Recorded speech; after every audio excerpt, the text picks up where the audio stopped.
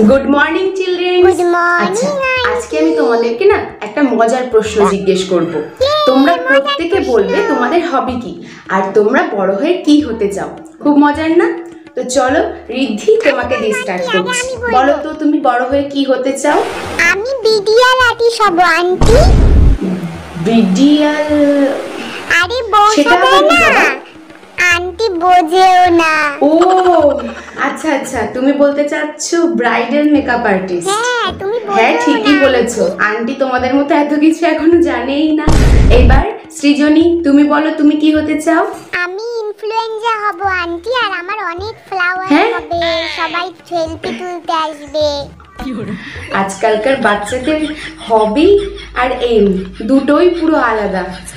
বাপরে বাপ, আমরা ছোট সময় থাকতে টিচার ডাক্তার এসব বলতাম, আর এরা সব কি সব বলে যাচ্ছে।